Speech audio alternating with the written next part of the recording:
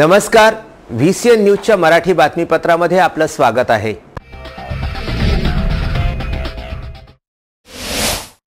लोहार गाडी समाज विकास संस्था खामगावच्या वतीने समाजातील नवनियुक्त डॉक्टरांचा सत्कार करण्यात आला। स्थानिक चांदमारीमधील जय भवानी आखाडा येथे 21 डिसेंबरला दुपारी 3 वाजता हा कार्यक्रम आयोजित करण्यात आला होता। या कार्यक्रमाच्या अध्यक्षस्थानी सुभाष थोरात हे होते, तर यावेळी चांदमारी भागातील नगरसेविका शीतल प्रीतम माळवंदे, छगन थोरात, सचिन थोरात यांची मंचावर प्रमुख उपस्थिती होती। या प्रसंगी doctor Sheetal Bhavesh Chavan, doctor Ashwini Sanjay Wankhede, doctor Smita Shashank Mancharkar, doctor Sameer Subhash Thorat, doctor Sharayu Shrikant Thorat, doctor Sandeep Jagdev Dudhmal, doctor Priyanka Anil Nagare, doctor Swati Dinkar वाघ यांचा मान्यवरांच्या हस्ते शॉल, श्रीफळ व सन्मान चिन्ह देऊन गौरव करण्यात आला। या कार्यक्रमाचे संचालन मधुकर ढोले यांनी केले, तर आभार प्रदर्शन श्याम थोरात यांनी केले।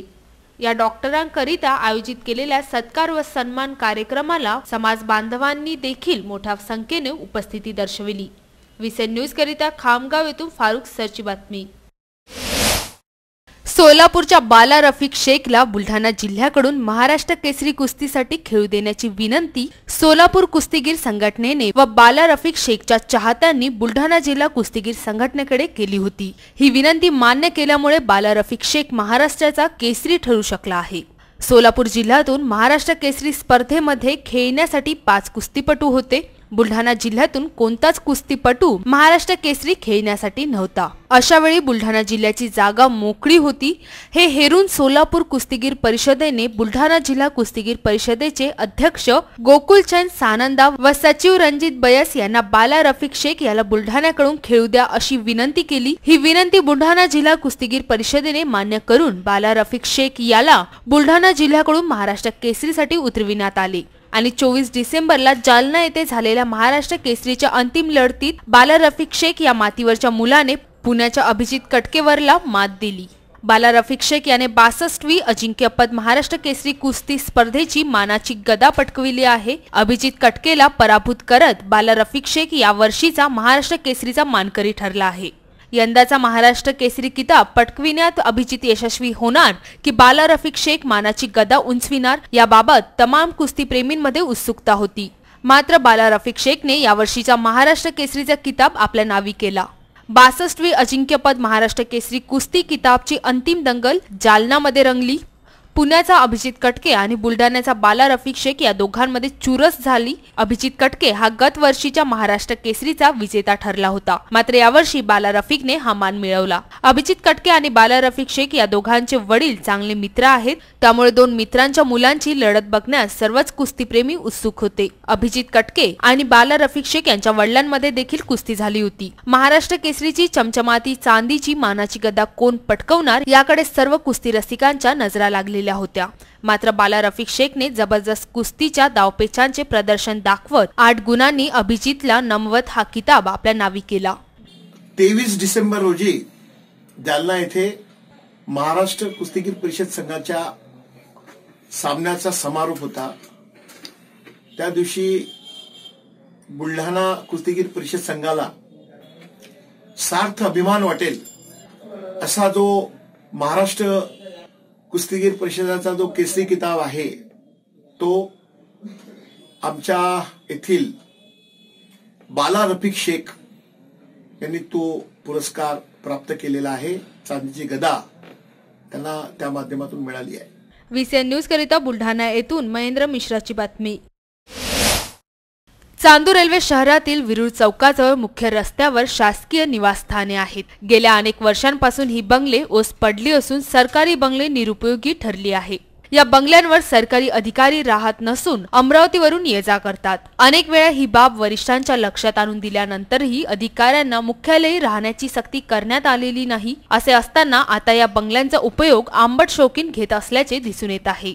या बंगल्यांच्या कंपाऊंडमध्ये अनेक गैरप्रकार चालत असल्याचे समजते। एका शासकीय निवासस्थानाच्या कंपाऊंडमध्ये देशी दारूच्या बॉटल आढळल्या असून सोबतच आक्षेपार्ह वस्तू सुद्धा आढळून आल्या आहेत। यावरून या ठिकाणी अनेक अनैतिक कृत्य चालत असल्याची चर्चा शहरात चांगलीच रंगू लागली आहे। आजूबाजूला मोठमोठी झाडे असून या बंगल्याच्या आजूबाजूला कोणीही येत नाही, याचाच फायदा अनेक शौकीन घेत असल्याचे समजते। मुख्य मार्गावर ही शासकीय बंगले असताना कोणालाही सदर प्रकार लक्षात येत नाही का, असा प्रश्न आता उपस्थित झाला आहे। त्यामुळे आता अधिकारी या गंभीर बाबीकडे लक्ष देणार का, हे पाहणे महत्त्वाचे ठरणार आहे। शासकीय निवासस्थानाचा उपयोग अधिकाऱ्यांऐवजी आंबट शौकीन घेत असल्यामुळे ही चांदूर रेल्वे शहरासाठी दुर्दैवी बाबच म्हणावी लागेल। त्यामुळे आता तरी या शासकीय निवासस्थानात सर्व सोयी सुविधा पुरवून अधिकाऱ्यांना शासकीय नियमाप्रमाणे मुख्यालयी राहण्याची सक्ती करण्यात यावी, जेणेकरून शासकीय बंगल्याचा उपयोग शासकीय अधिकाऱ्यांनाच होईल, अशी मागणी सध्या जोर धरत आहे।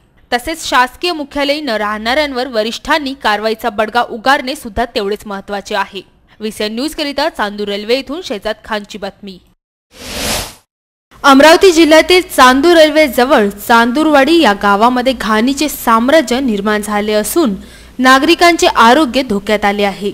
त्यामुळे गावातील नाल्यांची सफाई करण्याची मागणी गावकऱ्यांनी खंड विकास अधिकारी यांना निवेदन देऊन केली आहे। चांदूरवाडी येथील ग्रामपंचायत सरपंच व सचिव यांना बरेच वेळा गावातील नागरिकांनी नाला उपसण्याकरिता तोंडी कळविले, परंतु त्यांनी गावातील नाला उपसल्या नाहीत।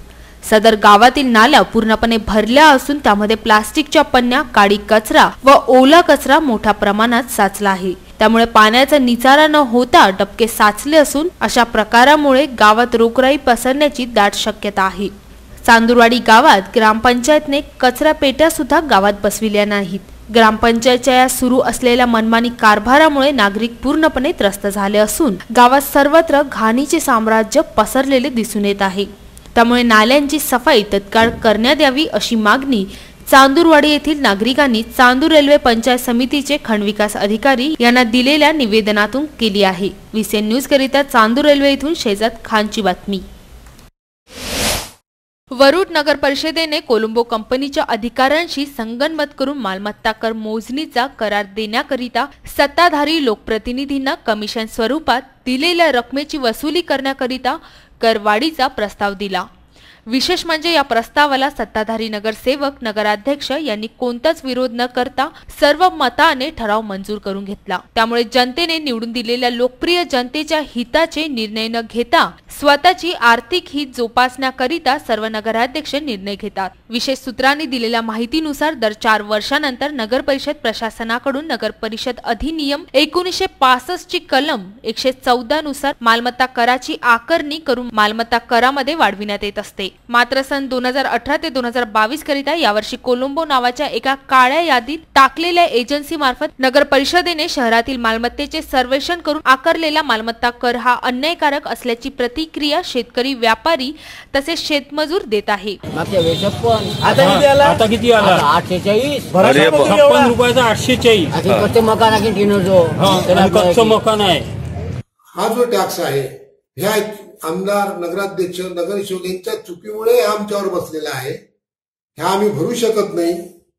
दुष्काळीचं वर्ष आहे म्हणून सगळी जनता वरुड शहरातली त्रस्त झालेली आहे, भडकलेली आहे आणि याच्याकरता नगरपालिकेमध्ये वारंवार मोर्चे निवेदन लोक देऊन राहिलेले आहे।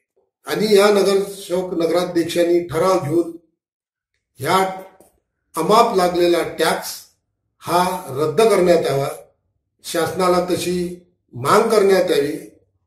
याच्यामध्ये आमदार, नगर सगळे जण मुंबईच्या मुख्यमंत्र्यापाशी जाऊन आपला प्रश्न मांडावा आणि आम्हाला या टॅक्स पासून मुक्त करावं, एवढीच आमची विनंती आहे। वरुड नगरपालिका कुंभकर्णी झोपेत असून नगराध्यक्ष व नगरसेवक सुस्त तर नागरिक त्रस्त आहे असे चित्र बघायला मिळत आहे। यावर्षी एका एजन्सी मार्फत सर्वेक्षण करून मालमत्ता कराची आकारणी करण्यात आली, मात्र ही आकारणी मागील करापेक्षा कितीतरी टक्क्याने वाढविली। याची तारतम्य मालमत्ता धारकांना बजावण्यात आलेल्या चतुर्थ वार्षिक फेर कर मूल्यांकन विशेष नोटीस मध्ये दिसून येत नाही। कर आकारणी करताना वृक्ष कर, शिक्षण कर, रोजगार हमी कर, आरोग्य कर, दिवाबत्ती कर, अग्निशामक कर, सार्वजनिक पाणीपट्टी कर इत्यादी कर आकारण्यात आले आहे। हा कर अन्यायकारक असून तो मान्य नसल्यामुळे कर कमी करण्याकरिता नागरिकांनी नगर परिषद कार्यालयात धाव घेतली व 24 डिसेंबरला मोठ्या प्रमाणात गर्दी केली। यावेळी मालमत्ता कर धारकांची लांबच लांब रांग बघायला मिळाली। VCN न्यूज करिता वरुड निलेश लोणकरची बातमी। संत गाडगेबाबा अमरावती विद्यापीठाच्या 35व्या दीक्षांत समारंभाअंतर्गत 20 डिसेंबरला वाणिज्य शाखेतील एमकॉम अभ्यासक्रमात सर्वाधिक गुण प्राप्त करून एमकॉम शाखेमध्ये प्रथम क्रमांक पटकावून कल्याणी गणेशराव बिजागरे हिला भारतीय अंतरिक्ष संशोधन संस्था इस्रो बंगळुरूचे माजी अध्यक्ष पद्मभूषण डॉक्टर के कस्तुरी रंगन यांच्या हस्ते स्वर्गीय प्राचार्य रामनिवास मुंदडा सुवर्ण पदक व स्वर्गीय अनिरुद्ध प्रभाकर शेटे स्मृतिरोग पारितोषिकाने सन्मानित करण्यात आले। कल्याणी बिजागरे ही स्थानिक श्रीमती केशरबाई लाहोटी महाविद्यालयाची विद्यार्थिनी आहे। दीक्षांत समारंभाचे प्रमुख पाहुणे म्हणून भारतीय अंतरिक्ष संशोधन संस्था इस्रो बंगळुरूचे माजी अध्यक्ष पद्मभूषण डॉक्टर के कस्तुरी रंगन व दीक्षांत समारंभाच्या अध्यक्षस्थानी उपस्थित असलेले कुलगुरू डॉक्टर मुरलीधर चांदेकर यांच्या हस्ते सन्मानित करण्यात आले। कल्याणी ही आपल्या यशाचे श्रेय गुरुजन तसेच आई वडील व मोठ्या भावाला देते। मी एमकॉम या अभ्यासक्रमामध्ये प्रथम क्रमांकावर आल्याबद्दल मला इस्रोचे माजी अध्यक्ष कस्तुरी रंगन यांच्यातर्फे सुवर्ण पदकाने आणि प्रभाकर शेटे यांच्यातर्फे रोख पारितोषिकाने मला 35व्या दीक्षांत समारंभामध्ये सन्मानित करण्यात आलेले आहे। मी या यशाचे संपूर्ण श्रेय माझे गुरुजन तसेच आई वडील आणि मोठ्या भावाला देते। धन्यवाद। Bureau report VCN news. Telecom regulatory authority of इंडियाच्या वतीने केबल टीव्ही सेवा दर आकारणी संदर्भात नवीन नियमावली जाहीर करण्यात आली आहे। या नियमावलीमुळे केबल ग्राहकांना मोठा आर्थिक भूदंड सहन करावा लागणार असल्याने या नियमावलीचा बुलढाणा जिल्हा केबल ऑपरेटर्स कडून मोर्चा काढून निषेध करण्यात आला। या मोर्चानंतर केबल ऑपरेटर्स ग्रुप कडून जिल्हाधिकाऱ्यांना निवेदन देण्यात आले। टेलिकॉम रेग्युलेटरी ऑथॉरिटी ऑफ इंडियाने केबल टीव्ही सेवा दर आकारण्यासंदर्भात लागू केलेल्या नव्या नियमानुसार केबल नेटवर्क्सचे दर हे अवाजवी वाढणार आहेत। नवीन नियमावली लागू होण्यापूर्वी दर महिन्याला 150 ते 200 रुपये दराने नागरिकांना आपल्या आवडत्या लोकप्रिय चॅनल्सचा आनंद घेता येत होता, परंतु ट्रायने लागू केलेल्या नवीन दरानुसार या चॅनलसाठी नागरिकांना 500 ते 700 रुपये दर महिन्यासाठी मोजावे लागतील। आधीच केबल नेटवर्कचा व्यवसाय हा परवडणारा नाही, त्यातही ट्राय कडून नवीन दराची भर टाकण्यात आल्यामुळे केबल व्यवसाय हा पूर्णपणे ठप्प होण्याची भीती आता केबल ऑपरेटर्सला लागलेली आहे। म्हणूनच ट्रायच्या नवीन निर्णयाविरोधात आज जागतिक ग्राहक दिनानिमित्त बुलढाणा जिल्ह्यातील डिजिटल केबल ऑपरेटर्स तर्फे मोर्चा काढून या निर्णयाचा निषेध व्यक्त करण्यात आला। यावेळी मोठ्या संख्येने केबल ऑपरेटर्स उपस्थित होते।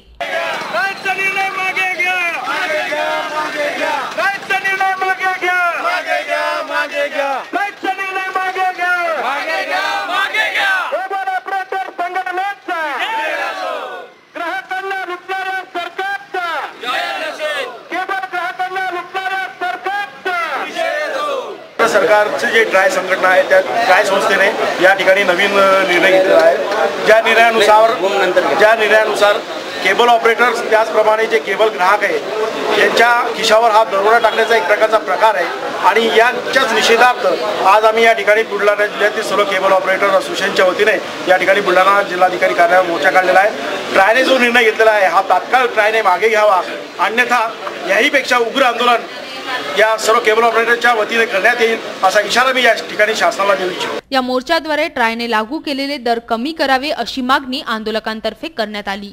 संघटनेच्या वतीनं हजारो केबल ऑपरेटर धारकांनी या ठिकाणी आज मोर्चा काढलेला आहे। हा मोर्चा काढण्याचा उद्देश असा आहे की केंद्र सरकारने ट्राय संस्थेच्या माध्यमातून जो काही निर्णय घेतला की 130 रुपये पहिले पेड करायचे आणि नंतरचं प्रत्येक चॅनलला 20 ते 22 रुपये पेड करायचे आणि जे चॅनल ग्राहकाला आवश्यक असतील ते त्या चॅनलप्रमाणे पैसे पेड करायचे। वास्तविक पाहता ही सगळी ऑपरेटर मंडळी 200 रुपयामध्ये कुठे 150 रुपयामध्ये सगळे चॅनल दाखवतात। आता तो जो निर्णय सरकार घेऊ पाहत आहे या निर्णयामुळे ग्राहकांच्याही खिशावर मोठा दरोडा पडणार आहे। हा निर्णय जर का सरकारने लादायचा प्रयत्न केला आणि केबल ऑपरेटरला उद्ध्वस्त करण्याचा प्रयत्न जर का सरकारने केला तर आम्ही कदापि खपून घेणार नाही।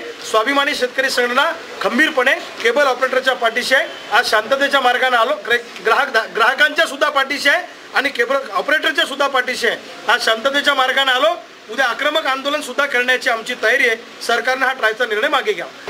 आज या केबल धारकाच्या ॲडिशन संदर्भात जो स्ट्राईकचा निर्णय शासनाने घेतला हा रद्द करण्यासाठी शिवसेनेचा पूर्ण या जिल्ह्यातल्या युनियनसाठी पाठिंबा आहे आणि हे शासनाने रद्द करावं ही भूमिका शिवसेनेची राहील। आज केबल संघटनेचा निघालेल्या मोर्चाला आमचा शिवसेनेचा पूर्णपणे पाठिंबा आहे। सन्माननीय खासदार साहेबांनी सुद्धा या ठिकाणी आम्हाला दिला आणि आपल्या मोर्चाला आमचा पाठिंबा आहे। VCN न्यूज करिता बुलढाणा येथून फारुख सरची बातमी। इथे वेळ झाली आपली रजा घेण्याची। विदर्भाशी संबंधित सर्व बातम्यांसाठी बघत रहा विदर्भाचं सर्वश्रेष्ठ न्यूज चॅनल VCN न्यूज। नमस्कार।